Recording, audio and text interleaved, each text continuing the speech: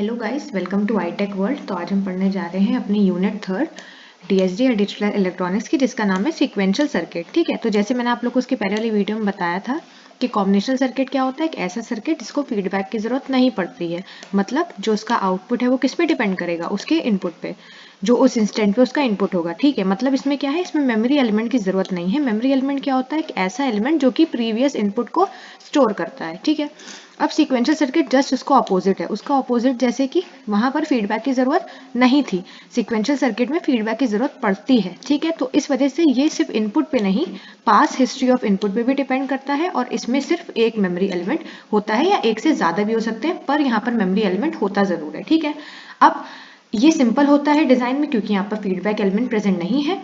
ये कॉम्प्लेक्स है, उसी तरह से ये कॉस्ट इफेक्टिव है, ये एक्सपेंसिव होता है, ये फास्टर है, स्लोअर, और ये मोर फ्लेक्सिबल और लेस फ्लेक्सिबल। ठीक है, तो इन दोनों के बीच का डिफरेंस क्या हो गया कॉम्बिनेशनल सर्किट और सीक्वेंशियल सर्किट का, कि कॉम्बिनेशनल सर्किट को फीडबैक की जरूरत नहीं है और सीक्वेंशियल सर्किट को फीडबैक की जरूरत है। ठीक है, अब आता है कि सीक्वेंशियल सर्किट हमने देख लिया क्या होता है। अब ये कितने तरीके क्या होता है, तो ये दो टाइप्स का होता है। सबसे पहला होता है सिंक्रोनस सीक्वेंशियल सर्किट, दूसरा होता है एसिंक्रोनस सीक्वेंशियल सर्किट। अब सिंक्रोनस का मतलब क्या है, सिंक्रोनस का मतलब है कि जो मेरा सर्किट है उसका जो बिहेवियर होगा, कि वो कैसा बिहेव करेगा, वो किस पे डिपेंड करेगा, वो मेरी क्लॉक पे डिपेंड करेगा। एक ही क्लॉक होगी जो सबके साथ सिंक्रोनाइज होगी, और उसका जो सर्किट का बिहेवियर है वो किस पे डिपेंड करेगा, मेरी क्लॉक पे डिपेंड करेगा। ठीक है, अब आता है एसिंक्रोनस। एसिंक्रोनस इसका जस्ट ऑपोजिट, मतलब जो मेरा बिहेवियर है सर्किट का वो क्लॉक पे नहीं डिपेंड करेगा। ठीक है, अब यहाँ पर कुछ छोटे 2-2 नंबर के क्वेश्चन है कि कोई भी फीडबैक एलिमेंट अगर आप कहीं पर भी बनाओगे डिजिटल इलेक्ट्रॉनिक्स या डिजिटल सिस्टम डिजाइन में, तो वो किससे बनेगा। सीक्वेंशियल सर्किट में कोई भी फीडबैक एलिमेंट की जरूरत तो पड़ेगी, है ना। तो वो फीडबैक एलिमेंट किससे बनेगा, या तो वो लैच से बनेगा या तो वो फ्लिप फ्लॉप से बनेगा। ठीक है, अभी देखते हैं कि आगे इस होता क्या है ये दोनों चीजें। ठीक है, और कोई भी स्टोरेज डिवाइस जैसे कि पेन ड्राइव और हार्ड डिस्क, वो किससे बनेगी, वो फ्लिप फ्लॉप के पैटर्न पे बनेगी। ठीक है, अब ये देखते हैं कि दोनों चीजें होती क्या है, कि लैच क्या होता है और फ्लिप फ्लॉप क्या होता है। सबसे पहले लैच क्या होता है, तो लैच एक बाइस्टेबल डिवाइस है जिसकी टेंडेंसी क्या होती है, एक सिंगल बिट को इन्फॉर्मेशन को स्टोर करना। सिंगल बिट का मतलब है या तो 0, है ना, या तो 1। तो मतलब क्या है, लैच क्या है, एक बाइस्टेबल डिवाइस है जिसमें सिंगल बिट ऑफ इन्फॉर्मेशन को हम स्टोर कर सकते हैं। ठीक है, और उसका जो इनपुट होता है, जो हम इसको इनपुट देते हैं, वो किस पे गवर्न करता है, वो टॉगल स्विच एक होता है। एक स्विच के थ्रू हम उसको इनपुट देते हैं, तभी इसको लेवल ट्रिगर बोलते हैं, क्योंकि ये लेवल पे ट्रिगर होने वाला एक डिवाइस है, इसलिए हम इसको लेवल ट्रिगर बोलते हैं। और इसका जो इनपुट है वो किससे गवर्न होता है, वो एक टॉगल स्विच के थ्रू गवर्न होता है। ठीक है, अब हमारे दो तरह के लैच होते हैं, एसआर लैच होता है और डी लैच होता है। ठीक है, अब इस यूनिट में सेकंड आता है फ्लिप फ्लॉप की। फ्लिप फ्लॉप क्या होता है, फ्लिप फ्लॉप क्या होता है, वही चीज है कि बाइस्टेबल डिवाइस जिसमें सिंगल बिट ऑफ इन्फॉर्मेशन होगी, बट इसमें और लैच में डिफरेंस क्या है, कि लैच क्या था, लैच था लेवल ट्रिगर्ड, और ये क्या है, ये एच पे ट्रिगर्ड होता है। और इसका इनपुट कैसे गवर्न होता है, क्लॉक सिग्नल से, मतलब इसको हम क्लॉक के थ्रू चला सकते हैं। ठीक है, और उसको हम कैसे चला सकते थे, उसको हम टॉगल स्विच के थ्रू चला सकते थे। ठीक, अब इसमें जैसे लिखा है कि फ्लिप फ्लॉप में क्या होता है, फ्लिप फ्लॉप में दो आउटपुट होते हैं, इसमें एक नहीं दो आउटपुट होते हैं। सबसे पहला आउटपुट क्या होता है, नॉर्मल वैल्यू, मतलब अगर Qn मान लो यहाँ पर कि Q1 ऑफ n मेरा क्या हो गया, नॉर्मल वैल्यू हो गया। ठीक है, और दूसरा क्या होता है, मेरी कॉम्प्लीमेंटेड वैल्यू, जब आगे पढ़ेंगे तब ज्यादा समझ में आएगा। ठीक है, अब जैसे लैच दो टाइप्स का था, फ्लिप फ्लॉप भी 4 टाइप का होता है। फ्लिप फ्लॉप कौन से 4 होते हैं, SR flip flop, D flip flop, JK और टी। ठीक है, तो एसआर फ्लिप फ्लॉप क्या होता है, एसआर मतलब सेट रीसेट, डी का मतलब डिले या डेटा, जे का मतलब जैक किल्बी जिसने बनाया होगा उसने अपने नाम पे रखा है, और टी मतलब टॉगल फ्लिप फ्लॉप। ठीक है, तो सबसे पहले देखते हैं एक एक करके। सबसे पहले मेरा आता है एसआर लैच या direct coupled RS flip flop भी इसको बोलते हैं। ठीक है, अब यहाँ पर मैंने कुछ नोटेशन है जो हम लोग आगे यूज करेंगे, मैंने यहाँ एग्जाम्पल के थ्रू समझा दी है कि अगर मैं कहीं पर Q1 लिख रही हूँ तो Q1 का मतलब क्या है, मेरी प्रेजेंट स्टेट है। ठीक है, मतलब ये जो प्रेजेंट सिचुएशन में जो स्टेट है वो मेरी Qn है। ठीक, उसी तरह से Qn+1 है, Qn+1 मेरी नेक्स्ट स्टेट होगी, और S और R इस केस में मेरे इनपुट की तरह काम करेंगे। ठीक, अब ये है मेरे SR जो लैच है उसका डायग्राम। सबसे पहले मेरा R ऊपर रहता है, S नीचे रहता है। ये क्या है, ये सर्किट आप लोग पहचान रहे होगे, ये सर्किट है मेरे नॉर गेट का। तो मैंने यहाँ पर 2 नॉर गेट लगाए पैरेलल केस में। ठीक है, अब मैंने इसको R एक इनपुट दिया, ये देखो यहाँ से मैंने इसको एक R इनपुट दिया, और उसी तरह से मैंने यहाँ पर इसको एक S इनपुट दिया। ठीक, और यहाँ से कुछ आउटपुट निकल रहा है मान लो। ठीक है, अभी के लिए मान लो कि ये जो आउटपुट है ये Qn+1 है और Qn+1 का बार है। ठीक है, ये n बार से कंफ्यूज मत होना, समझ लो कि ये Qn+1 है और ये Qn+ का बार है। ठीक, अब देखो क्या हुआ, एक इनपुट तो अब तुम्हें पता होगा कि नॉर जो गेट होता है वो 2 इनपुट लेता है, तो एक इनपुट तो मैंने आर भेज दिया, दूसरा इनपुट क्या होगा, ये जो तुम्हारा आउटपुट निकला है ना सेकेंड वाले नॉर गेट का, इसको हम कनेक्ट कर देंगे यहाँ से इधर, ठीक। उसी तरह से इसका जो आउटपुट होगा वो हम इसको इससे इधर कनेक्ट कर देंगे, तो ये मेरा जो एस आर लैच है उसका डायग्राम कंप्लीट हो गया, ठीक। अब इसकी टेबल यहाँ पर बनती है, टेबल में क्या है, एस और आर है, 0 1 0 0 0 1 1 0 1 1, ठीक। अब ये क्यू एन क्या होता है, मैंने बताया था क्यू एन होता है मेरी प्रेजेंट स्टेट, और क्यू एन प्लस 1 क्या होता है, नेक्स्ट स्टेट होती है, एक तरह से आउटपुट समझ लो, ठीक है। अब देखो अगर एस और आर 0 0 होगा तो यहाँ पर क्यू एन मेरा जो भी होगा वो Qn में कोई चेंज नहीं आएगा, मतलब जो मेरी प्रेजेंट स्टेट होगी वही मेरी नेक्स्ट स्टेट होगी, मतलब अगर 0 0 कंडीशन है तो नो चेंज होगा, ठीक। अगर 0 1 है तो Qn कुछ भी हो तुम्हारा, Qn से यहाँ पर कोई मतलब नहीं है, आंसर हमेशा 0 ही आने वाला है, तभी इसको रीसेट स्टेट बोलते हैं, ठीक। उसी तरह से यहाँ पर 1 0 है, अगर 1 0 हुआ तो 1 0 का क्या मतलब है, 1 0 का मतलब है कि तुम्हारा Qn कुछ भी हो आंसर तुम्हारा 1 ही आएगा, इसको तभी हम क्यों बोलते हैं, सेट स्टेट बोलते हैं। देखो 0 का मतलब क्या हुआ, किसी चीज को रीसेट करना, और 1 का मतलब क्या हुआ, सेट करना। उसी तरह से 1 1 होगा तो मेरा Qn कुछ भी हो, मेरा आंसर हमेशा नॉट डिफाइंड आता है, या फिर इनडेफिनेट आता है, या फिर इनडिटर्मिनेट आता है, ठीक है। तो अब इतनी टेबल याद कर लेना कि अगर मेरा 0 0 होगा तो कोई चेंज नहीं होगा मेरे आंसर में, 0 1 होगा तो कुछ भी हो मेरा प्रेजेंट स्टेट आंसर हमेशा 0 ही आना है, 1 0 होगा तो आंसर हमेशा 1 आना है, प्रेजेंट स्टेट से कोई मतलब नहीं है, इसको हम सेट स्टेट बोलते हैं, और 1 1 में नॉट डिफाइंड, ठीक। अब इसको समझने के लिए मैंने नीचे समझा दिया है कि एस और आर अगर 0 होंगे तो कैसे कैसे काम होगा, कि आर अगर हम यहाँ पर है, जैसे तुम क्या करना ना कि एक एक वैल्यू रख कर चेक करके देखना कि नो चेंज आ रहा है कि नहीं, मैंने नीचे सारा लिख भी दिया है, ठीक है। अब आता है ये NAND गेट के थ्रू है, इसमें कोई डिफरेंस नहीं है, सिमिलर है जैसे मैंने यहाँ पर बनाया था, यहाँ पर NAND गेट बना देना, ठीक है। और क्या करना, बस यहाँ पर ये चीज चेंज हो जाएगी, जैसे वहां पर R और S था, यहाँ पर S पे बार आ जाएगा और R पे भी बार आ जाएगा, ठीक है। अब ये चीज याद रखने वाली है कि यहाँ पर S बार है और R बार है, और ये भी याद रखना जैसे ऊपर मैंने बताया नहीं कि NOR गेट में अगर एक भी 1 होता है ना, तो आंसर कितना आता है, 0 आता है, उसी का ऑपोजिट NAND गेट में होता है, ठीक है। अब आता है SR मेरे फ्लिप फ्लॉप के बारे में, ठीक है। तो डी लैच इतना आता नहीं, लैच पे अगर आएगा तो सिर्फ डेफिनेशन पूछेगा या फिर पूछ सकता है कि SR लैच को एक्सप्लेन करो, ठीक। अब आता है फ्लिप फ्लॉप के बारे में, तो फ्लिप फ्लॉप मैंने बताया क्या होते हैं, फ्लिप फ्लॉप होते हैं एज ट्रिगर्ड, तो कैसे एज ट्रिगर्ड, या तो राइजिंग एज पे ट्रिगर होंगे या फिर फॉलिंग एज पे, ठीक है। अब राइजिंग एज क्या होता है, राइजिंग एज मतलब राइज करता हुआ एक एज होगा मेरी क्लॉक पल्स का, उसको हम राइजिंग एज बोलते हैं, तभी इसको पॉजिटिव गोइंग ट्रांजिशन बोलते हैं, और फॉलिंग एज को नेगेटिव गोइंग ट्रांजिशन, से कोई मतलब नहीं है, वो आगे ज्यादा अच्छे से समझ में आएगा। यहाँ देखो SR flip flop, SR flip flop क्या होगा, सेम है मेरा लैच की तरह, देखो इतना पोर्शन तो मेरा लैच ही हो गया है ना, इतना तो मेरा लैच ही हो गया। और अगर हम क्या करेंगे, यहाँ पर हमने ये लगा दिया, ये चीज, ये स्ट्रक्चर समझ लो, इस स्ट्रक्चर को क्या बोलते हैं, स्ट्रक्चर को बोलते हैं शेयरिंग गेट। शेयरिंग गेट का मतलब क्या है, जो इनपुट देता है मेरे फ्लिप फ्लॉप को, मतलब जब हम अपने लैच में शेयरिंग गेट्स लगा देते हैं तो वो क्या बन जाता है, वो बन जाता है फ्लिप फ्लॉप। तो ये मेरा शेयरिंग गेट होगा जिसमें यहाँ पर 2 NAND गेट लगे हुए हैं, ठीक है, और यहाँ पर S है, यहाँ पर R है, और इन दोनों को हम क्लॉक से कर रहे हैं, क्योंकि ये एज ट्रिगर्ड है इसलिए इसको क्लॉक से हमें गवर्न करना पड़ेगा, ठीक। अब यहाँ पर बबल और फॉलिंग एज का है, वो मैं आगे समझाती हूँ कि राइजिंग एज और फॉलिंग एज का मतलब क्या होता है, ठीक है। अब इसकी देखो टेबल ऐसे बनती है, इसकी टेबल में क्या होता है, वही चीज़ है, सिमिलर है मेरा लैच की तरह कि 0 0 होगा तो नो चेंज, 0 1 होगा तो आंसर 0 आएगा, 1 0 होगा तो आंसर 1 आएगा, और 1 1 होगा तो नॉट डिफाइंड, ठीक। अभी मैंने एक्सप्लेन कर दिया है और अच्छे से, कि आप लोग अगर चाहो तो एक्सप्लेन कर सकते हो पेपर में, वैसे जरूरत नहीं है, ठीक है। अब दूसरा फ्लिप फ्लॉप, दूसरा फ्लिप फ्लॉप क्या होता है, D flip flop. D flip flop क्या है, सिमिलर है मेरा SR फ्लिप फ्लॉप के, देखो इतना पोर्शन तो सेम ही है ना पीछे वाले की तरह, और ये भी सेम है, बस यहाँ पर डिफरेंस क्या है, जैसे तुमने देखा होगा पीछे कि ये वाला क्या था, ये वहां पर S था है ना, और ये वाला R था। बस यहाँ पर डी फ्लिप फ्लॉप में क्या होगा, इस पे तो तुम्हारा डी ही जाएगा, पहले वाले जो मेरा NAND गेट है उसमें तो डी जाएगा, दूसरे वाले को हम नॉट करके इसमें भेजेंगे, दूसरे वाले NAND गेट में, ठीक है। जैसे इसकी टेबल कैसे बनती है, इसकी टेबल सिमिलर बनती है। अब एक चीज समझ लो कि जो मेरा डी फ्लिप फ्लॉप होता है उसमें डी पे जो भी होगा वही चीज मेरा आंसर आएगी, अगर डी पे 0 है तो आंसर 0 आएगा, अगर डी पे 1 है तो आंसर 1 आएगा, ठीक। इसको मैंने वेरीफाई भी कर दिया, देखो अगर तुम्हें डायग्राम ऐसे बनाना है तो समझ लो कि यहाँ पर डी ही इनपुट है, मतलब समझो कि डी जो है मेरा फ्लिप फ्लॉप उसमें सिर्फ एक इनपुट होता है डी, ठीक है। अब डी की जो भी वैल्यू होगी वही मेरा आउटपुट होगा, मुझे Qn से यहाँ पर कोई मतलब नहीं है, डी की वैल्यू 0 यहाँ पर 0, डी की वैल्यू 0 यहाँ पर 0, यहाँ पर 1 1 है तो यहाँ पर डी की वैल्यू 1 1 आ गई, ठीक। अब यहाँ पर मैंने के मैप बना दिया है यहाँ पर कि Qn+1 का, ये चीज़ याद रखना कि Qn+1 का जब हम के मैप बनाते हैं तो हमें आंसर D मिलता है। इसी वजह से जो हमें आउटपुट मिल रहा है वो D के हिसाब से ही मिल रहा है कि अगर D 0 है तो आउटपुट 0 है और अगर D 1 है तो आउटपुट 1 है। ठीक है, अब इसकी लिमिटेशन क्या होती है? इसकी लिमिटेशन होती है कि हम इसमें 2 इनपुट नहीं दे सकते। देखा होगा कि जैसे इसमें एक ही इनपुट है D, तो D फ्लिप फ्लॉप की यही एक लिमिटेशन है कि हम इसमें 2 इनपुट नहीं दे सकते हैं। ठीक, अब आता है मेरा तीसरा फ्लिप फ्लॉप जो है क्या है मेरा JK flip flop. JK flip flop क्या होता है? Jack Kilby flip flop. इसमें देखो क्या है, इतना पोर्शन तो मेरा लैच का हो गया। ठीक है, अब इतना पोर्शन देखो ये D का ही है।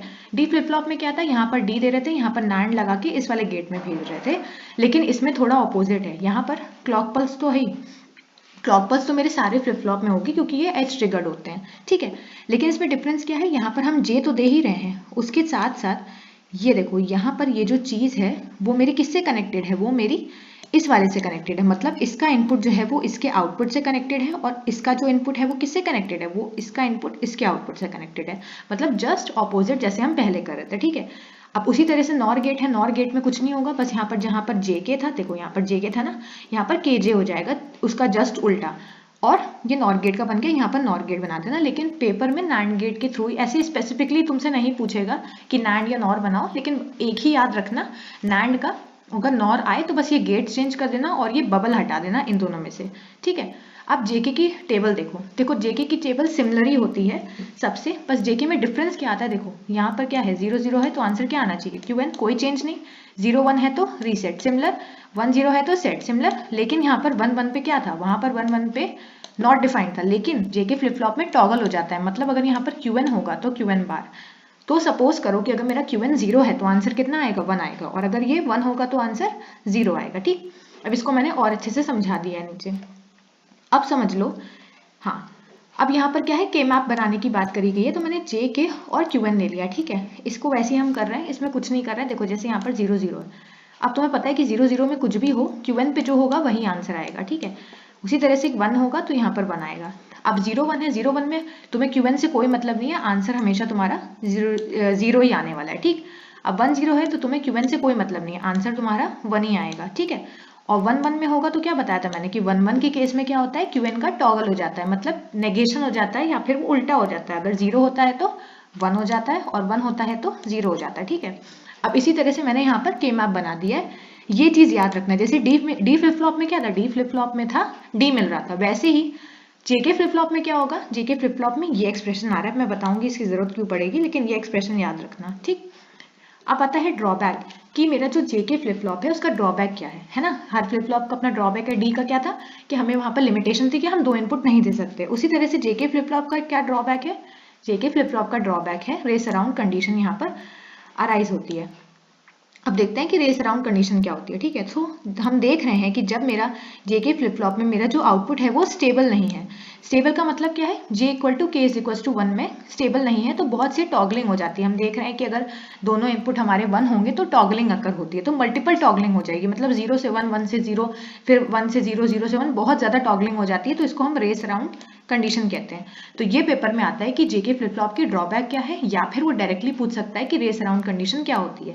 ठीक है, अब इसको हम अवॉइड कैसे करेंगे रेस अराउंड कंडीशन को, इसको हम अवॉइड करते हैं, the clock frequency of the input value should be less than the time period of input clock pulse. तो जो मेरी क्लॉक फ्रीक्वेंसी मेरी इनपुट की है वो मेरी कम होनी चाहिए मेरे टोटल टाइम पीरियड से जो मेरी क्लॉक पल्स का है। या फिर सिंपल भाषा में अगर रेस अराउंड कंडीशन को तुम्हें अवॉइड करना है तो एक फ्लिप फ्लॉप इसके लिए बनाया गया है जिसका नाम है मास्टर स्लेव फ्लिप फ्लॉप, जो कि इस यूनिट का सबसे इंपॉर्टेंट फ्लिप फ्लॉप है और वो पेपर में 100% आएगा। ठीक है, उससे पहले टी फ्लिप फ्लॉप देख लो, छोटू सा है। टी फ्लिप फ्लॉप क्या होता है, टी फ्लिप फ्लॉप सिमिलर है, तुम्हें यही बनाना है, और JK फ्लिप फ्लॉप भी जैसे हम पीछे बनाते थे कि इसका इनपुट इससे कनेक्ट कर रहे थे और इसका इनपुट इससे कनेक्ट कर रहे थे। ठीक है, यहाँ पर सेम ही रहेगा, बस यहाँ पर J और K की जगह J पे तो T जाएगा और ये दोनों को कनेक्ट करके सिमिलर यहाँ पर T ही भेजना। मतलब कि यहाँ पर 2 इनपुट नहीं होंगे, यहाँ सिर्फ एक इनपुट होगा T, मतलब इस वाले पे भी T जाएगा और इस वाले में भी T जाएगा। ठीक है, अब इसकी टेबल देख लो, इसकी टेबल में क्या है उसी हिसाब से है जैसे हम पीछे देख रहे थे कि अगर मेरा T 0 है तो नो चेंज होगा, और T 0 है तो नो चेंज होगा, मतलब, और अगर T 1 है तो टॉगल हो जाएगा। मतलब कि अगर मेरा T 0 है किसी भी केस में तो मुझे Qn वैसे ही मिल जाएगा, कोई चेंज नहीं होगा। और अगर मेरा T1 है तो मेरा टॉगल हो जाएगा, मतलब अगर Qn 0 है तो यहाँ पर 1 आएगा, 1 है तो 0 आएगा। ठीक है, अब इसकी मैंने टेबल बना ली। इसकी टेबल में याद रखना जब हम इसका के मैप बनाते हैं तो सॉल्व तो हो नहीं पाया, यहाँ सिंप्लीफाई तो हो नहीं रहा है, तो हमें ये एक्सप्रेशन मिलता है T, और ये सिंबल किसका है, एक्सॉर का, T एक्सॉर Qn। ठीक है, अब आता है मेरा मोस्ट इंपॉर्टेंट फ्लिप फ्लॉप जो कि है master slave flip flop. Master slave flip flop का ये डायग्राम है, बहुत बड़ा है पर बहुत ईजी है। देखो ये जो चीज़ है ये क्या है मेरी, ये मेरी वही चीज़ है जो हम पीछे पढ़ रहे थे, है ना, कि ये मेरा क्या है, मेरा लैच का डायग्राम है। अब यहाँ पर देखो इतने पे मैंने क्या किया है, जेके लगा दिया है। ये वाला क्या है, ये जेके फ्लिप फ्लॉप है। मतलब समझ लो मास्टर स्लेव फ्लिप फ्लॉप क्या होता है, जो दो जेके फ्लिप फ्लॉप होते हैं उनको सीरीज में कनेक्ट कर दो तो वो मास्टर स्लेव फ्लिप फ्लॉप बन जाता है। अब देखो कैसे, ये मेरा जेके फ्लिप फ्लॉप हुआ, यहाँ पर मैंने जे इनपुट दिया, यहाँ पे मैंने के इनपुट दिया, और इन दोनों की क्लॉक पल्स को मैंने कनेक्ट कर दिया। ठीक है, अब क्या करेंगे, इसका जो इनपुट है वो लास्ट वाला जो जेके फ्लिप फ्लॉप है उसके इससे कनेक्ट कर देंगे। ठीक है, और इसमें जो इनपुट आएगा वो किससे कनेक्ट कर देंगे, देखो ऐसे ऐसे जाके इधर पे हम कनेक्ट कर दे रहे हैं। ठीक, अब देखो इतना पोर्शन पहला वाला तो मेरा कंप्लीट हो गया। ठीक है, अब देखो क्या होगा, अब मेरा क्या है, यहाँ पर जो क्लॉक पल्स जा रही है, ये देखो ना, ये वाली जो क्लॉक पल्स जा रही है ना, ये इस क्लॉक पल्स को हम अब हमें दूसरा वाला भी तो चलाना है ना, पहले वाले को हमने क्लॉक पल्स दे दी, दूसरे वाले को क्या करेंगे हम, दूसरे वाले को नैंड करके, मतलब दूसरे वाले को हम नेगेट करके फ्लिप फ्लॉप पे हम अपनी क्लॉक पल्स देंगे। ये देखो यहाँ पर, अब ये जो क्लॉक पल्स है ये दोनों मेरे नैंड गेट में जा रही है। ठीक है, और सिमिलर यही जो स्ट्रक्चर है वो हमने यहाँ बना दिया है। ठीक है, तो इतना ही डायग्राम है, इसमें कुछ ऐसा है नहीं। देखो ये दोनों डायग्राम तुम्हारे सेम होंगे, यहाँ पर क्लॉक पल्स तुम्हारी सेम होगी, उसी क्लॉक पल्स का नैंड वर्जन मेरा इन दोनों क्लॉक पल्स में जाएगा, बाकी इसका इनपुट इसके आउटपुट से कनेक्ट होगा और इसका इनपुट किससे कनेक्ट होगा, इसके आउटपुट से। ठीक है, अब यहाँ पर क्लॉक पल्स है 0, मैं बताती हूँ आगे। अब देखो मैंने यहाँ पर कुछ लिख दिया है समझाने के लिए कि मास्टर स्लेव फ्लिप फ्लॉप क्या होता है। इसमें दो जेके फ्लिप फ्लॉप सीरियली कनेक्ट होते हैं। फर्स्ट फ्लिप फ्लॉप मास्टर की तरह काम करता है, दूसरा फ्लिप फ्लॉप स्लेव की तरह। और फर्स्ट फ्लिप फ्लॉप जिसको हम मास्टर बोल रहे हैं वो किससे गवर्न होगा, वो पॉजिटिव एज से गवर्न होगा क्लॉक पल्स के। और जो मेरा सेकंड फ्लिप फ्लॉप होगा वो किससे कनेक्ट होगा, मेरी नेगेटिव पल्स ऑफ क्लॉक से। ठीक है, तो देखो जैसे जो मेरा मास्टर है वो क्या है, पॉजिटिव एज ट्रिगर्ड है ना, तो अगर मेरी क्लॉक पल्स 1 होगी तो क्या होगा, मेरा पहले वाला मास्टर काम करेगा जैसे भी उसको काम करना है जेके के इनपुट के अकॉर्डिंग, लेकिन जो स्लेव है वो नहीं रिस्पॉन्ड करेगा, क्योंकि स्लेव किस पे रिस्पॉन्ड करेगा, स्लेव रिस्पॉन्ड करेगा नेगेटिव एज पे। ठीक है, उसी तरह से अगर क्लॉक पल्स 0 हो गई, मतलब जस्ट ऑपोजिट, तो मेरा स्लेव 1 हो जाएगा, क्योंकि हमने नैंड लगा था, पीछे याद करो हमने नैंड लगा रखा है। मतलब अगर 0 का हम नैंड करेंगे या 0 का एक तरह से समझ लो उल्टा करेंगे तो आंसर 1 आएगा। इसके हिसाब से क्या होगा, जो मेरा स्लेव है वो एक्टिवेट हो जाएगा और जो मास्टर पे जो भी आंसर आना होगा वो कॉपी हो जाएगा मेरे स्लेव में। लेकिन यहाँ पर मास्टर रिस्पॉन्ड नहीं करेगा, क्योंकि मास्टर कब काम करेगा, पॉजिटिव एज पे, मतलब मास्टर मेरा 1 पे काम करेगा और मेरा जो स्लेव है वो 0 पे काम करेगा। ठीक है, अब एक जैसे हमने पढ़ा था कि रेस अराउंड कंडीशन को कम करने के लिए या प्रिवेंट करने के लिए हम मास्टर स्लेव ला रहे हैं, लेकिन याद रखना कि कोई भी कंडीशन रेस अराउंड कंडीशन को कंप्लीटली नहीं प्रिवेंट कर सकती है। ठीक है, अब देखो यहाँ पे मैंने समझाने के लिए लिख दिया, सिंपली मैं क्या करूंगी, तुम लोग को टेबल समझाती हूँ। ट्रुथ टेबल क्या है, देखो ट्रुथ टेबल क्या है, यहाँ पे मैंने Qn लिया है, मतलब प्रेजेंट स्टेट, ये JK है। अब Y है M का, इसका मतलब क्या है, यहाँ पर तुम लोग कुछ भी लिख सकते हो, अगर अपने लिखना है जैसे लिख सकते हो कि output of master and output of slave. ठीक है, अब इसका मतलब क्या है, इसका मतलब है क्लॉक ऊपर जाता हुआ मतलब पॉजिटिव एज, नीचे जाता हुआ मतलब नेगेटिव एज। अब यहाँ पर मैंने टेबल बनाई है 3 इनपुट के हिसाब से कि 8 बार 0 8 बार 1। ठीक है, ऐसे करके अब समझ लो कैसे करना है। सबसे पहले यहाँ पर मैंने J और K को 0 0 ले रखा है और मेरा ये पॉजिटिव एज है। पॉजिटिव एज में क्या होगा, मास्टर एक्टिवेट हो जाएगा, तो यहाँ पर आंसर कितना आएगा, 0 आएगा, क्योंकि JK में क्या होता है 0 0 में नो चेंज, मतलब यहाँ पर 0 है तो यहाँ पर 0, और ये नहीं चलेगा, ये काम नहीं करेगा। ठीक है, उसी तरह से नेगेटिव एज पे मेरा ये काम नहीं करेगा और ये काम करेगा। अब आया अगला कि पॉजिटिव एज है और आंसर मेरा 0 1 है, तो मुझे पता है कि 0 1 होता है तो आंसर हमेशा 0 आता है, हमें Qn से कोई मतलब नहीं होता। उसी तरह से नेगेटिव एज पे इस पे आंसर 0 आएगा।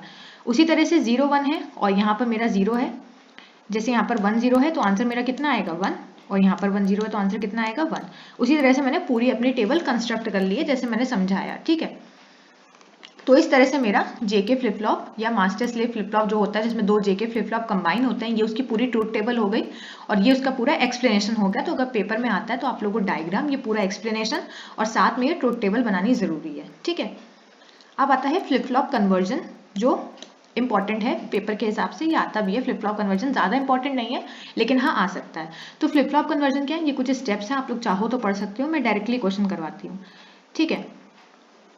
ये है मेरी स्टेट डायग्राम है। स्टेट डायग्राम कैसे, देखो जैसे एग्जांपल ले लो एसआर फ्लिप फ्लॉप का, ठीक है। तो तुम लोग को पता होगा कि एसआर फ्लिप फ्लॉप, मैंने भी बताया कि अगर आंसर तुम्हारा अगर इनपुट 0 0 होता है तो आंसर क्या आता है, नो चेंज आता है ना। तो देखो अगर तुम्हें 0 से 1 जाना है, ये है ना मेरा 0, अगर 0 से 1 जाना है तो सोचो कैसे जाओगे। अगर 0 से तुम्हें 1 जाना है तो 1 0 से जाओगे कैसे, तुम्हें पता होगा कि 1 0 में आंसर कितना आता है, हमेशा 1 आता है, हमें कोई मतलब नहीं कि Qn मेरा जो भी हो।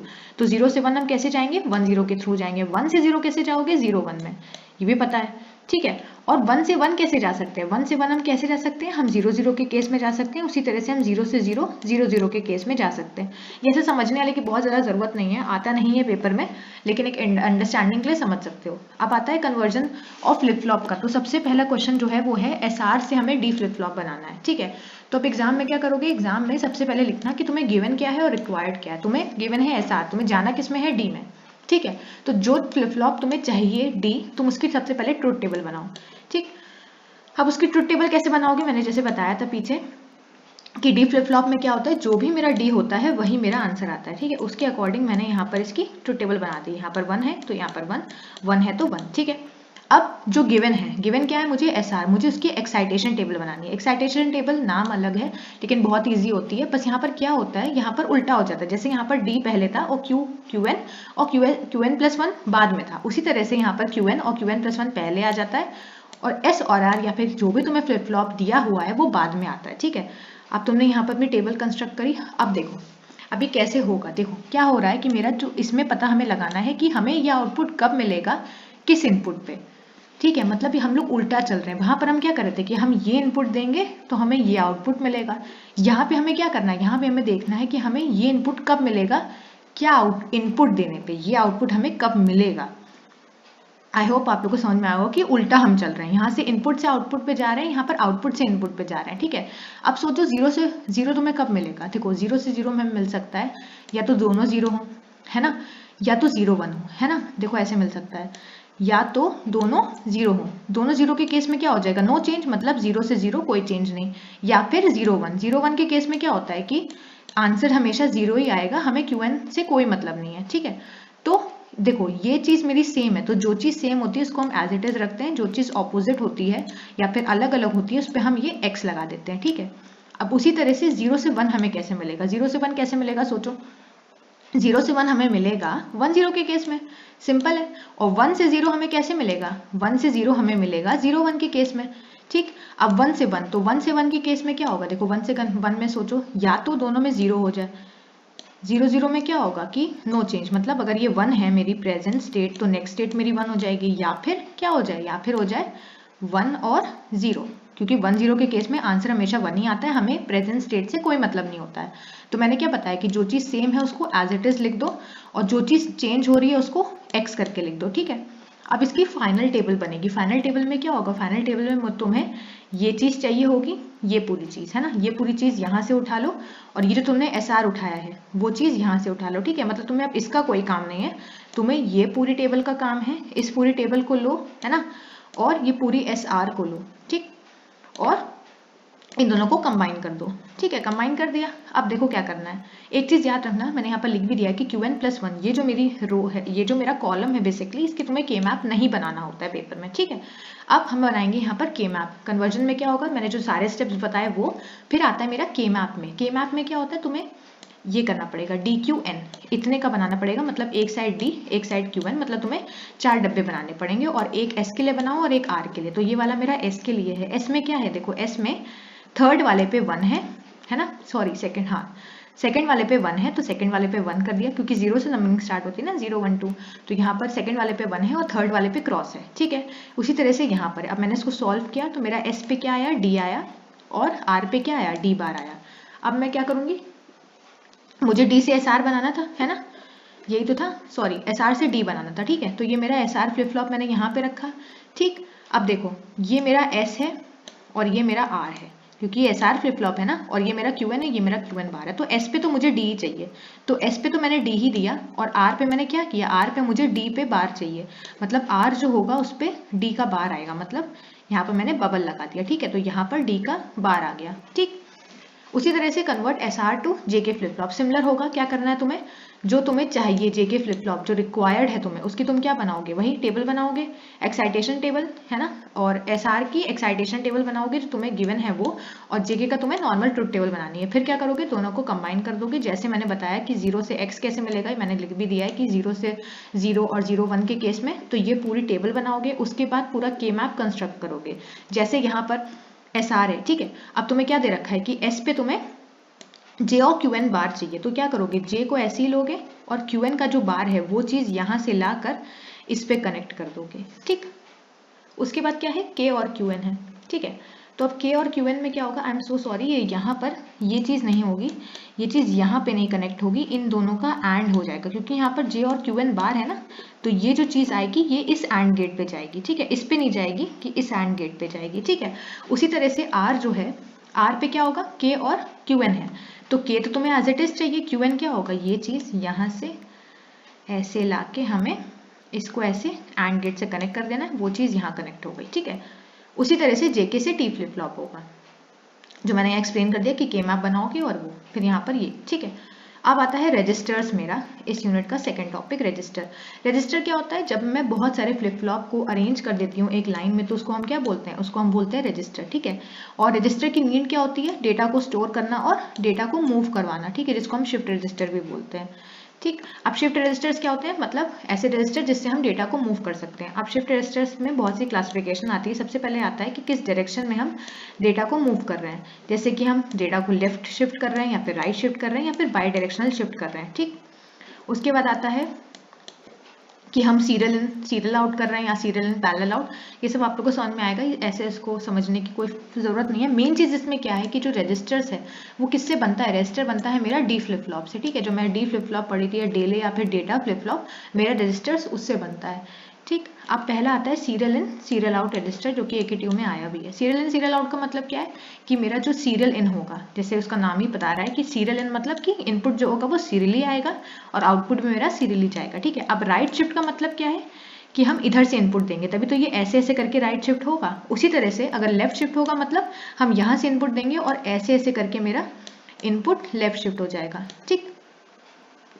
फिर शिफ्ट राइट रजिस्टर जो मैंने समझा दिया, और शिफ्ट लेफ्ट रजिस्टर, ठीक है। उसके बाद ये मेरा डायग्राम है सीरियल इन सीरियल आउट का। मैंने जैसे बताया कि रजिस्टर किससे बनता है, डी फ्लिप फ्लॉप से, तो मैंने यहाँ पर 4 रजिस्टर एक साथ कनेक्ट कर दिए, इनको मैंने क्लॉक पल्स दे दी, एक सिमिलर क्लॉक पल्स, एक ही क्लॉक पल्स सबको दे दी, ठीक है। और इन सबको यहाँ से मैं अपने डेटा को इन कर रही हूँ और यहाँ से मेरा डेटा आउट हो रहा है, ठीक है। आप समझो यहाँ पर क्या हो रहा है, ये कौन सा रजिस्टर हो गया, मेरा राइट शिफ्ट हो गया, क्योंकि यहाँ से हम डेटा दे रहे हैं और यहाँ से मेरा डेटा आउट हो रहा है, ठीक। अब लेफ्ट शिफ्ट में क्या होगा, जस्ट इसका ऑपोजिट, मतलब यहाँ से हम डेटा को इन देंगे और मेरा आउटपुट कहाँ से निकलेगा, यहाँ से। उसके बाद सेकंड कैटेगरी होती है सीरियल एंड पैरेलल आउट, मतलब डेटा जो है वो तो सीरियली जाएगा लेकिन आउटपुट कैसे निकलेगा, पैरेलल निकलेगा। जैसे कि देखो इस वाले एग्जांपल में यहाँ पर हम इनपुट कैसे दे रहे हैं, सीरियली दे रहे हैं, ठीक है। और आउटपुट देखो इसमें भी जा रहा है और यहाँ से निकल रहा है। वहां पर क्या था, ये सब कनेक्टेड थे और आउटपुट यहाँ से निकल रहा था, लेकिन यहाँ पर आउटपुट इन दोनों को कनेक्ट करने के बाद इधर से भी निकल रहा है, मतलब आउटपुट यहाँ भी जा रहा है और इसमें भी जा रहा है। फिर ऐसे ही यहाँ पर है कि सीरियल इन हम कर रहे हैं और आउटपुट कैसे निकल रहा है, पैरेलल निकल रहा है, ठीक। फिर आता है parallel in parallel out. Parallel parallel out भी वैसे ही है कि हम इनपुट कैसे दे रहे हैं, पैरेलल दे रहे हैं, नीचे से हम इनपुट दे रहे हैं सबको, सारे फ्लिप फ्लॉप को, और आउटपुट कैसे निकल रहा है, यहाँ से निकल रहा है, ठीक। तो ये पैरेलल इन पैरेलल आउट हो गए। फिर आता है पैरेलल इन सीरियल आउट, मतलब कि मेरा इनपुट क्या होगा, पैरेलल होगा, आउटपुट क्या होगा, सीरियल होगा। जैसे यहाँ पर, अब ये थोड़ा समझने वाला है, यहाँ पर मैंने चारों रजिस्टर्स या सॉरी फ्लिप फ्लॉप लगा दिया, ठीक है। अब यहाँ पर मैंने अपनी क्लॉक पल्स लगा दी। अब क्योंकि ये पैरेलल इन है तो यहाँ पे मैं P से पैरेलली अपने डेटा को इन कर रही हूँ, लेकिन मुझे सीरियल आउटपुट चाहिए। यहाँ पे मुझे क्या होगा, यहाँ पर मुझे 2 लाइन बनानी पड़ेंगी, एक होता है शिफ्ट और एक होता है दूसरा होता है लोड पे बार, ठीक है। तो ये जो लाइन होती है ये लोड पे बार वाली है और ये लाइन किसके लिए है, शिफ्ट के लिए है। तो हम क्या करेंगे, इसका जो आउटपुट आएगा उस आउटपुट को हम इस वाले कॉम्बिनेशन में भेजेंगे, जिसमें एक G1 है एंड गेट, एक G2 है, इन दोनों का नॉर वर्जन, सॉरी इन दोनों का और किस में जा रहा है, इस वाले फ्लिप फ्लॉप में। उसी तरह से इसका जो आउटपुट होगा वो इस वाले G3 में जाएगा, इससे हम कनेक्ट करेंगे, फिर इसको और दूसरा अपना आउटपुट या दूसरा अपना इनपुट कहाँ से देंगे, Q पे देंगे, ठीक है। जैसे यहाँ पर पैरेलल इन है, मतलब ये जो Q हो गया तुम्हारा, R हो गया, S हो गया, ये क्या होगा, मेरे पैरेलल इनपुट हो गए, P हो गया, और आउटपुट मेरा क्या है, यहाँ पर है, ठीक है। फिर उसी तरह से इसका जो आउटपुट होगा वो इस वाले में जाएगा, फिर इस वाला ये वाला इससे कनेक्ट होगा नीचे वाले मेरी लाइन से जो कि शिफ्ट है, फिर दूसरे वाले गेट में ये इससे कनेक्टेड होगा और यहाँ पर हम एस देंगे, ठीक। अब क्योंकि ये शिफ्ट और लोड पे बार है, मतलब जो मेरा G1 G3 G5 है, ये हो गया मेरा G1, ये वाला हो गया मेरा G3, ये वाला हो गया मेरा G5। इसमें क्या होगा, ये ऑड नंबरिंग है तो यहाँ पर हम शिफ्ट कर रहे हैं। शिफ्ट क्यों कर रहे हैं, क्योंकि मेरा इससे कनेक्टेड है, इस वाले से, ठीक। और जो मेरा G2 G4 G6 है, इसमें इवन है, इवन पे लोड होगा, यहाँ पर लोड होगा क्योंकि मेरा इस वाले से कनेक्टेड है, इस वाले बबल से कनेक्ट है, ठीक। तो जैसे मैंने अगर इनपुट 0 दिया, सपोज करो मैं अगर इनपुट 0 दे रही हूँ, तो इनपुट 0 के केस में क्या होगा, मेरा ये डीएक्टिव हो जाएंगे और ये दोनों एक्टिव हो जाएंगे। क्यों, क्योंकि अगर सपोज करो मैंने 0 दिया तो इस लाइन में तो मेरा 0 आया और इस लाइन में मेरा 0 आया, लेकिन यहाँ पर क्योंकि मेरा बबल लगा है तो ये 1 हो गया ना। अब 1 हो गया तो ये तो मेरे एक्टिवेट होगा ना, ये वाले G2 हो गया एक्टिवेट, G4 हो गया और G6 हो गया, मतलब इवन वाले 0 पे एक्टिवेट हो रहे हैं, है ना। और ऑड वाले किस पे एक्टिवेट हो रहे हैं, 1 पे एक्टिवेट हो रहा है, ठीक है। तो ये हो गया पैरेलल इन सीरियल आउट। अब है bidirectional shift register. Bidirectional shift register बहुत इंपॉर्टेंट है। इसका डायग्राम देखो ऐसे बनता है। इसमें क्या है, मैंने 4 फ्लिप फ्लॉप्स अपने लगा रखे हैं, सब में क्लॉक पल्स लगा रखी है, ठीक है। इसमें क्या होगा, यहाँ पर मेरी ऐसे करके लाइन बनी हुई है कि ये मेरा M है, M मेरा कंट्रोल सिग्नल समझ लो, ठीक है। और इसका नॉटेड वर्जन मेरी नीचे वाली लाइन में जा रहा है। तो यहाँ पर इनपुट पे क्या है, इनपुट में हमें क्या करना है, यहाँ पर हमने यहाँ पर अपना कुछ इनपुट दिया, सपोज करो DR दे दिया, कोई भी इनपुट दे दिया और एक एंड गेट से भेजा, फिर हम इसको इससे कनेक्ट कर रहे हैं, ठीक। उसी तरह से दूसरे वाले एंड गेट में ये दे रहे हैं और अभी इसको छोड़ दो, ठीक है। फिर इन दोनों का और वर्जन मेरा इसमें जा रहा है, ठीक है। एग्जाम में कैसे बनाओगे, एग्जाम में देखो 2 लाइन बनाना और यहाँ पर एक नॉर गेट लगा देना, सॉरी नैंड गेट, मतलब नॉटेड वर्जन यहाँ पर लगा देना, ठीक है। फिर यहाँ पर एंड गेट लगा देना 2। पहले वाले एंड गेट में क्या होगा, यहाँ से तुमने कुछ इनपुट दिया और इसको इससे कनेक्ट कर दिया, दूसरे वाले में इसको इससे कनेक्ट कर दिया, दोनों का और वर्जन इसमें चला गया, ठीक।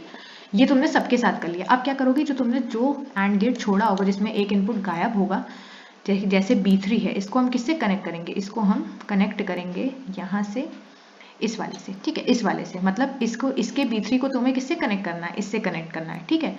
अब इसका जो आउटपुट होगा वो मेरे A2 में जाएगा, फिर उसी तरह से जैसे यहाँ पर हम कर रहे थे इससे कनेक्ट कर देंगे, दूसरा इससे कनेक्ट होगा, ये अभी भी खाली है तो ये वाला किससे कनेक्ट होगा, सोचो, जैसे ये वाला इससे कनेक्ट है उसी तरह से ये वाला देखो इधर से जाके इससे कनेक्ट होगा, ठीक है। अब सिमिलरली आगे भी सारे फ्लिप फ्लॉप्स में ऐसे ही होगा, जैसे ये वाला किससे कनेक्ट होगा, ये वाला तुम्हारा कनेक्ट होगा इसके आउटपुट से, क्योंकि इसके आगे कोई और नैंड गेट नहीं है, कोई और एंड गेट नहीं है, ठीक है। तो इसका वाला पहला वाला किससे कनेक्ट होगा, तीसरे वाले से, दूसरा वाला लास्ट वाले से, ठीक है। और ये वाला उससे नहीं कनेक्ट हो सकता क्योंकि इसके आगे कोई भी फ्लिप फ्लॉप नहीं है। तो ये है मेरा बाय डायरेक्शनल शिफ्ट रजिस्टर्स। ये किस काम के लिए होता है, ये मेरा बाय डायरेक्शनल का मतलब है ये राइट भी शिफ्ट करेगा, लेफ्ट भी शिफ्ट करेगा। और वो जो M था ना वो कंट्रोल सिग्नल था जिसमें हमें एक कंट्रोल सिग्नल होगा। जब कंट्रोल सिग्नल मेरा हाई होगा मतलब 1 होगा तो इस केस में क्या हो जाएगा, ये अब मैंने ये जो डायग्राम है ये थोड़ा सा अलग है, मैंने समझाने के लिए यहाँ पर गेट G1 G2 G3 को समझाया है कि अगर मेरा कंट्रोल सिग्नल 1 है तो मेरे gate G1 G2 G3 G4 enable होंगे। जैसे यहाँ पर है कि ये वाला गेट है ना, ये वाला गेट, ये वाला गेट, ये G4 वाला गेट, ये मेरे इनेबल होंगे जब मेरा इनपुट क्या होगा, मेरा इनपुट होगा 1। उसी तरह से जब मेरा इनपुट 0 होगा तब मेरे ये सारे इनेबल होंगे और जो मेरा डेटा है वो लेफ्ट मूव करेगा, और जब राइट होगा या फिर 1 होगा मेरा तो डेटा कहाँ मूव करेगा, डेटा मेरा राइट साइड पे मूव करेगा, तभी इसको बाय डायरेक्शनल बोलते हैं, ठीक है। और ये जो मैंने ऊपर बताया ना कि मेरा M होता है, तो M मेरा कंट्रोल सिग्नल होता है जिसकी वैल्यू क्या होती है, राइट होती है और लेफ्ट पे बार होता है, ठीक। देखो जैसे समझो कि अगर तुमने 1 मान लिया, ठीक है, अगर 1 मान लिया तो 1 होगा और इस पे क्या होगा, इस पे 0 पे बार आ जाएगा, ठीक है। 1 पे बार आएगा मतलब यहाँ पर 0 है, मतलब इस केस में राइट शिफ्ट होगा। उसी तरह से अगर 0 है तो यहाँ पर राइट पे 0 आ गया ना, मतलब राइट मेरा डिसेबल है, और 0 का बार मतलब 1, मतलब लेफ्ट शिफ्ट होगा, ठीक। अब आता है universal shift register. Universal shift register क्या होता है, यूनिवर्सल शिफ्ट रजिस्टर होता है जिसमें क्या होता है, जिसमें हम राइट शिफ्ट लेफ्ट शिफ्ट भी कर सकते हैं और डेटा को लोड भी कर सकते हैं, स्टोर भी कर सकते हैं, ठीक है। अब ये है मेरा यूनिवर्सल शिफ्ट रजिस्टर। इसमें क्या होगा, इसमें देखो वही मैंने फ्लिप फ्लॉप बनाए, यहाँ पर मुझे मक्स लगाने हैं 4x1 के, मतलब 4 इनपुट होंगे और 2 और 1 आउटपुट होगा, ठीक है। अब देखो यहाँ पर क्या होगा, क्योंकि 4 है तो यहाँ पर 2 सिलेक्शन लाइन होंगी, तो S1 S0 इस सब से कनेक्ट है मेरी वो मेरी सारी सिलेक्शन लाइन, ठीक है। अब देखो ये कैसे बनता है, देखो यहाँ पर मैंने क्लियर सिग्नल लगा रखा है, क्लियर सिग्नल। वो क्लियर सिग्नल सबके साथ कनेक्ट है। ये देखो, ये वाला क्लियर सिग्नल मेरे हर एक फ्लिप फ्लॉप के साथ कनेक्ट है। इसके साथ भी कनेक्ट है, इसके साथ भी कनेक्ट है, और इस वाले के साथ भी कनेक्ट है। ठीक है, अब A3 क्या है? ये मेरे आउटपुट हैं। A3, A2, A1 ये सब क्या होगा? ये मेरे सारे आउटपुट हो गए। ठीक है, अब एक तो मुझे क्लियर सिग्नल है जो मुझे सब में भेजना है, और एक क्लॉक है जो मुझे सब में भेजनी है। ठीक है, तो क्लियर सिग्नल और क्लॉक मुझे सारे फ्लिप फ्लॉप में भेजनी है। ठीक है, और क्या करना है? देखो, सारे मक्स को कनेक्ट करना है और सारे फ्लिप फ्लॉप को मुझे सारे मक्स से कनेक्ट कर देना है। तो तुम्हें स्टार्टिंग में अगर तुम बनाओगे तो तुम्हें सबसे पहले स्टेप यही करना है। ठीक है, अब क्या करोगे? अब क्योंकि यहाँ पर 4 इनपुट होंगे, क्योंकि 4x1 है, तो I0, I1, I2, I3। ठीक है, अब देखो यहाँ पर जो I3 है वो तो मुझे ऐसे ही इनपुट में मिल जाएगा। मतलब मैं इनपुट कैसे दूंगी? I3 के थ्रू। तो इसका I3 ले लो, इसका I3 ले लो, इसका इसका I1 ले लो और इसका I0 ले लो।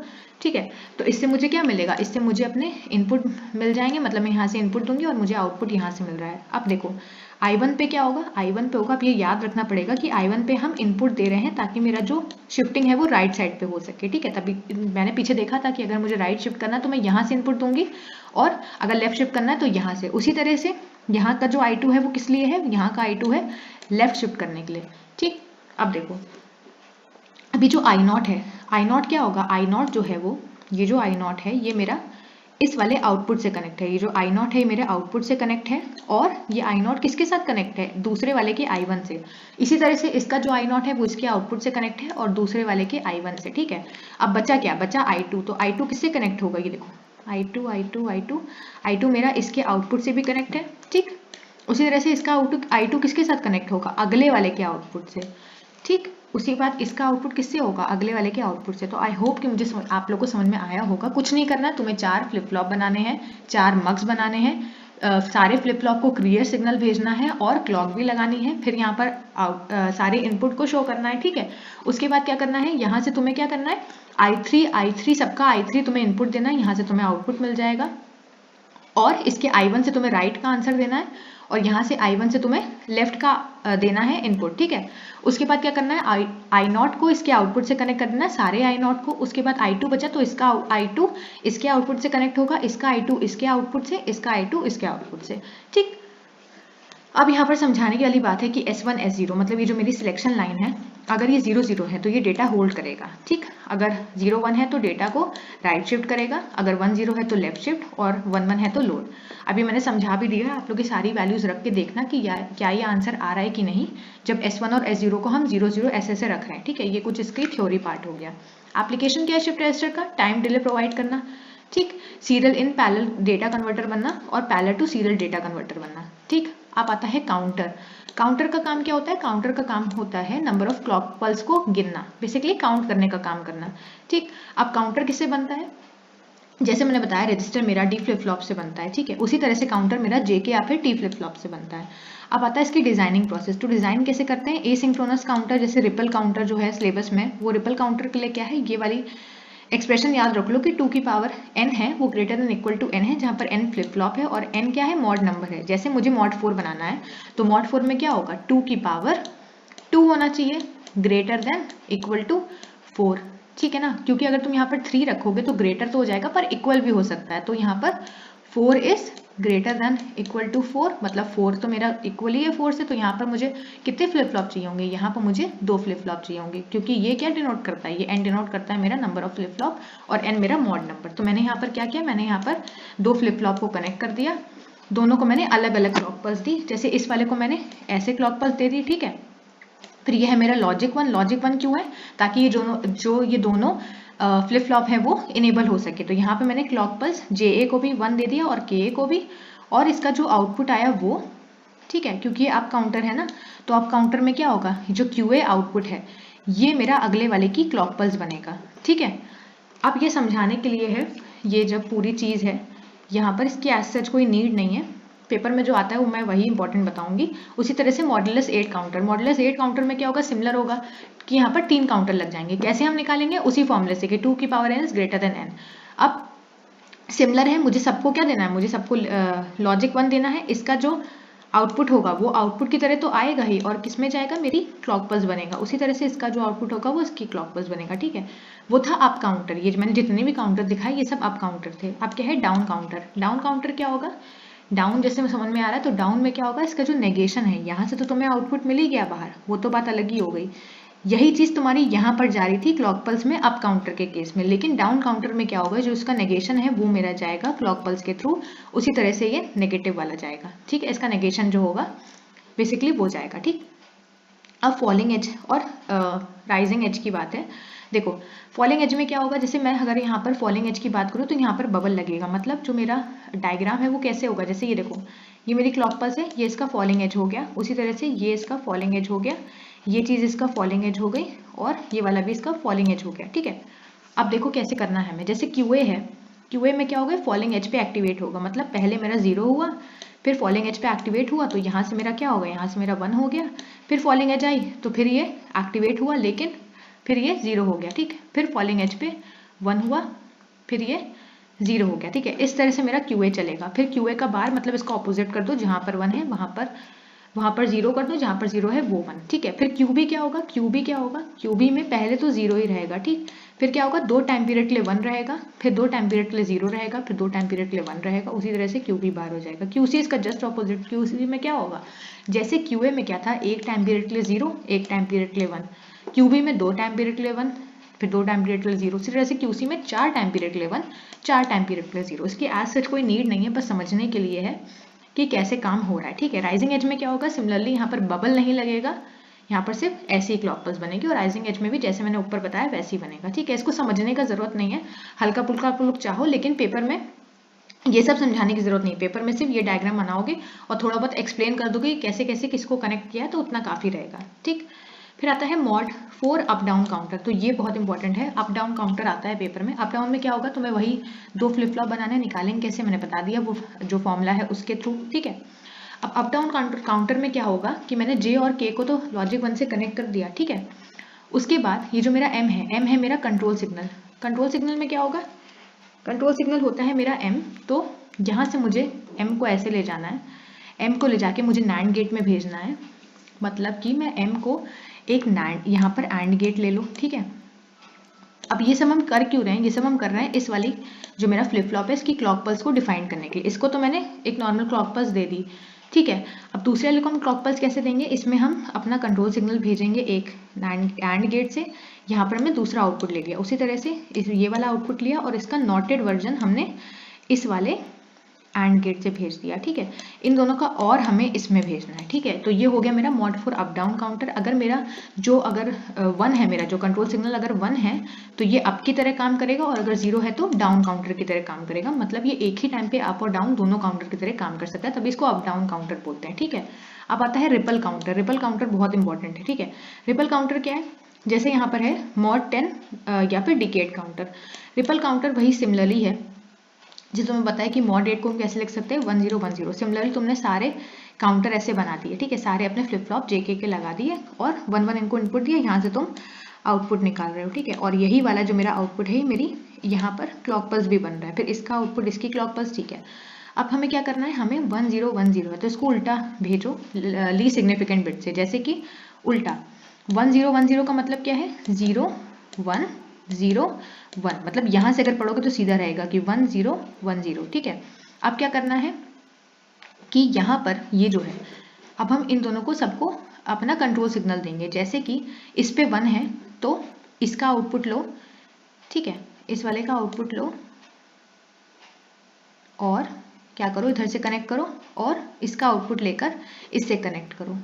ठीक है, इन दोनों को कनेक्ट करके, मतलब ये वाला जो है ना, ये वाला इस पे 1 आया ना, तो इसका जो 1 है मतलब इसका जो आउटपुट आ रहा है, ये क्यूबी इसी का तो आउटपुट है ना इस वाले फ्लिप फ्लॉप का, तो ये वाला आउटपुट लिया हमने यहाँ से और ये वाला आउटपुट लिया हमने यहाँ से हमने नैंड गेट लगा के इन सबको दे दिया। ठीक है, तो मॉड 10 काउंटर में इतना समझने वाली कोई ऐसी चीज़ नहीं है, बस ये डायग्राम याद करके बना देना, और ये चीज़ याद रखना ये जो बिट्स होंगी ये उल्टे डायरेक्शन में जाएंगी, जिस पे 1 1 होगा उसको नैंड गेट पे भेज के सब पे ऐसे ऐसे इनपुट दे देना। ठीक, उसी तरह से modulus and synchronous counter. Synchronous counter क्या है, सिमिलर होता है। सिंक्रोनस में क्या होगा, वही जो मैंने पहले बताया सेम ही रहेगा, बस यहाँ पर एक कॉमन क्लॉक पल्स होगी सब में, एक क्लॉक पल्स इसमें जाएगी और उसी तरह से यही क्लॉक पल्स इस वाले में चली जाएगी, ठीक है।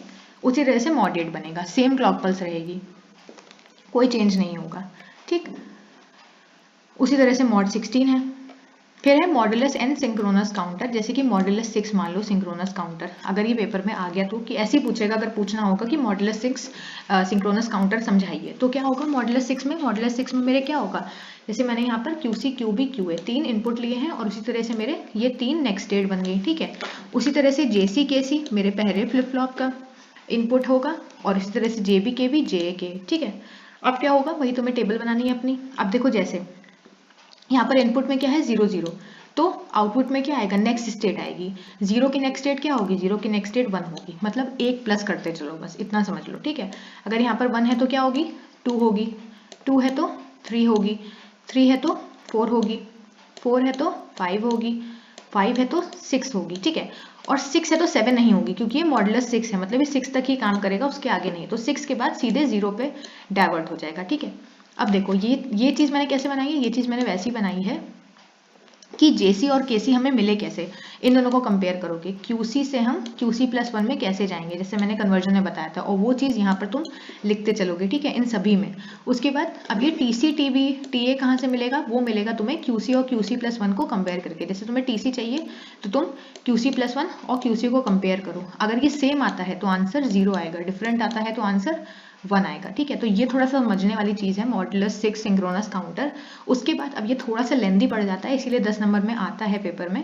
इसमें क्या होता है, तुम्हें क्या करना पड़ेगा, तुमने ये जो TC TB TA लिखा है ना, तुम्हें उसकी सबकी टेबल बनानी पड़ेगी, और JC KC JB KB JK TC TB TA इन सबकी K-मैप की टेबल बनाओ। उसके बाद जो मैंने जैसे फ्लिप फ्लॉप बनाने का बताया ना कि कैसे तुम्हें बनाना है काउंटर, वैसे तुम्हें काउंटर में बनाना पड़ेगा इन सबको, जैसे एक्सप्रेशन जो भी मिले हैं QA QC QC बार, उन सब तीनों को कनेक्ट करोगे, एक में इनपुट दोगे JA के, दूसरे में जो दोगे JB KB, और जो यहाँ से तुम्हें चीज़ें मिली है ना, जैसे JA में क्या मिला है QC बार और QB बार, तो जो तुम्हारा लास्ट वाला फ्लिप फ्लॉप का जो नीचे वाला होगा ना QC बार, उसको तुम कनेक्ट किससे करोगे, अपने पहले वाले से, ठीक है। इस तरह से तुम्हें कंस्ट्रक्ट करना पड़ेगा मॉडुलस 6 सिंक्रोनस काउंटर। अब है नेक्स्ट पार्ट जो कि है फाइनाइट स्टेट मशीन।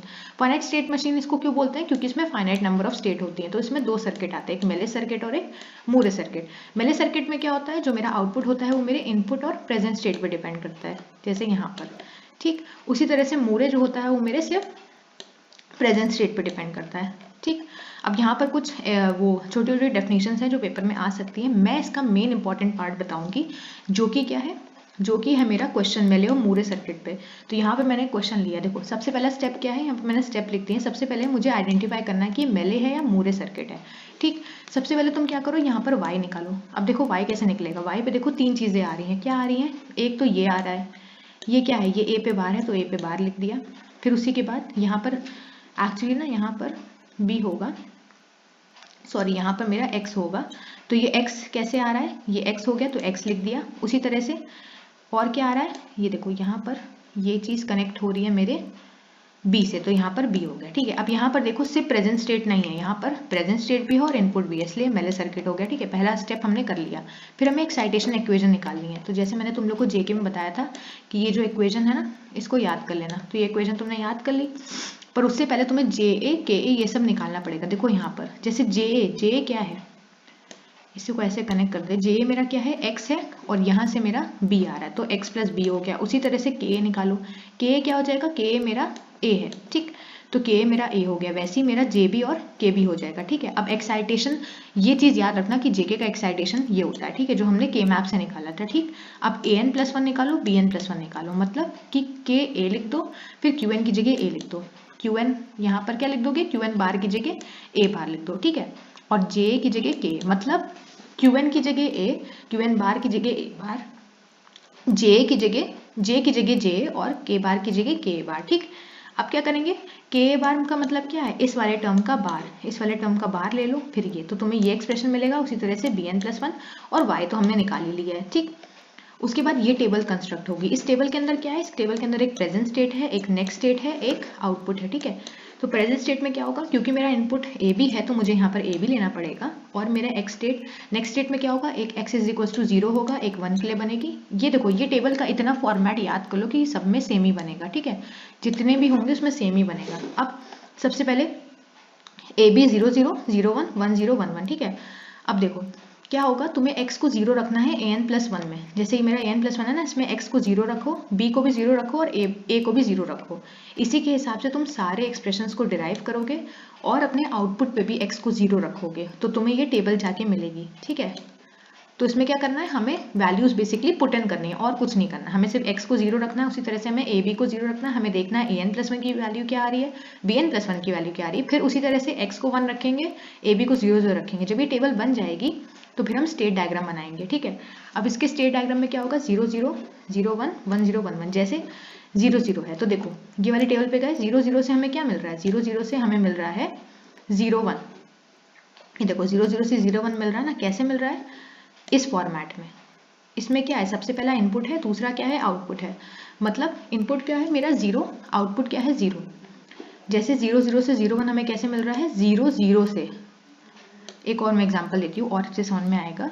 जैसे 0 0 से 1 1 हमें मिल रहा है, देखो 0 0 से हमें 1 1 मिल रहा है। ये देखो ये वाला 0 0 से हमें 1 1 मिल रहा है ना, कब मिल रहा है, इनपुट क्या है मेरा, इनपुट मेरा 1 है, आउटपुट क्या है मेरा 0 है। देखो 0 0 से मुझे 1 1 मिल रहा है, इनपुट क्या है 1, आउटपुट कितना है 0, ठीक है। इसी तरह से तुम अपना स्टेट डायग्राम कंप्लीट करोगे, ठीक है। तो इसके बाद मेरा जो पूरा मेले का क्वेश्चन है वो खत्म होगा, ठीक।